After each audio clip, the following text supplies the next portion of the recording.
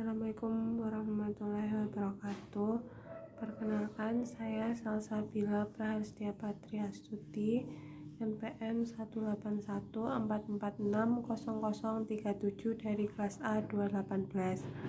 Di sini saya akan mempresentasikan hasil kerja saya, yaitu mengenai soal UAS atau ujian akhir semester statistika lanjut soal nomor 5. Nah, berikut adalah soal nomor 5. Diketahui suatu penelitian dilakukan untuk mengetahui pengaruh persepsi politik itu sebagai X1 dan kesadaran etis masyarakat sebagai X2 terhadap partisipasi pemilu sebagai Y. Berikut ini adalah data penelitian yang diperoleh. Nah, bisa diperhatikan dari soal tersebut. Soalnya tunjukkan bahwa persepsi politik dan kesadaran etis masyarakat berpengaruh terhadap partisipasi politik. Nah, berikut jawabannya. Nah, berikut jawabannya. Nah, berdasarkan dari uji analisis regresi ganda itu diperoleh data sebagai berikut. Langsung saja, untuk perumusan hipotesis itu terdapat H1 sama dengan terdapat pengaruh persepsi X1 terhadap partisipasi pemilu Y, dan yang selanjutnya hipotesis 2 itu terdapat pengaruh kesadaran etis masyarakat atau X2 terhadap partisipasi pemilu yaitu Y. Nah, selanjutnya hipotesis ketiga itu terdapat pengaruh persepsi sebagai X1 dan pengaruh kesadaran etis masyarakat sebagai X2 secara stimulan terhadap partisipasi pemilu sebagai Y. Nah, untuk tingkat kepercayaan 95% itu sama dengan 0,05. Selanjutnya yaitu dasar pengambilan keputusan uji normalitas probability plot menggunakan model regresi dikatakan berdistribusi normal apabila data plotting atau titik-titik yang menggambarkan data sesungguhnya itu mengikuti garis diagonalnya. Nah, berikut gambar dari uji normalitas probability plot. Nah, bisa disimak, diperhatikan untuk gambar dari normal plot tadi. Kesimpulan dari gambar tersebut yaitu dapat diperoleh karena titik-titik mengikuti garis diagonal, maka sesuai dengan dasar pengambilan keputusan bahwasanya apabila data plotting atau titik-titik tersebut menggambarkan data sesungguhnya mengikuti garis diagonal, maka model regresi berdistribusi normal, sehingga membuat syarat normalitasnya sudah terpenuhi. Nah, dasar pengambilan keputusan uji multikolinearitas, toleransi, dan VIV tidak akan terjadi gejala multikolinearitas jika nilai toleransinya itu lebih dari 0,100 dan nilai VIF-nya itu kurang dari 10.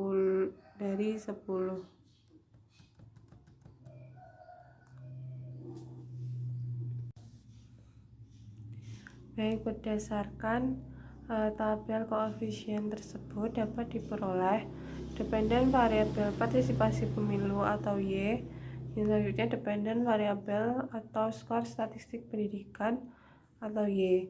Karena nilai toleransi untuk X1 dan X2 adalah 0,556, di mana nilai tersebut lebih besar dari nilai 0,100 serta VIF adalah 1,100. 798, di mana nilai tersebut lebih kecil dari 10,00.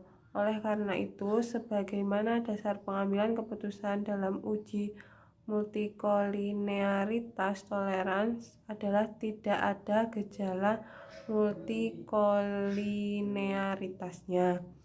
Nah, dasar pengambilan keputusan uji heteroseksitas Scatter-Plots tidak terjadi jika tidak ada pola yang jelas atau polanya tidak melebar, tidak menyempit, kemudian tidak bergelombang. Nah, pada gambar scatter plot serta titik menyebar di atas dan di bawah angka 0 pada sumbu Y.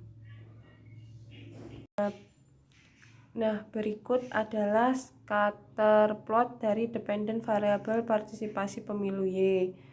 Dapat kita peroleh bahwa titik-titik di atas terlihat acak atau random, jadi tidak membentuk pola seperti bergelombang.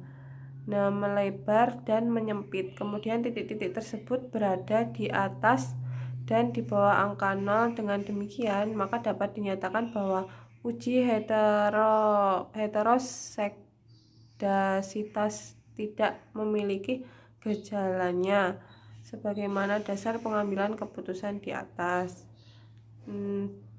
Dasar pengambilan keputusan uji autokorelasi Durbin-Watson: tidak ada gejala autokorelasi jika nilai Durbin-Watson terletak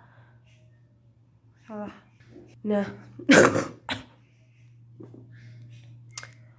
baik, selanjutnya yaitu adanya autokorelasi Durbin-Watson.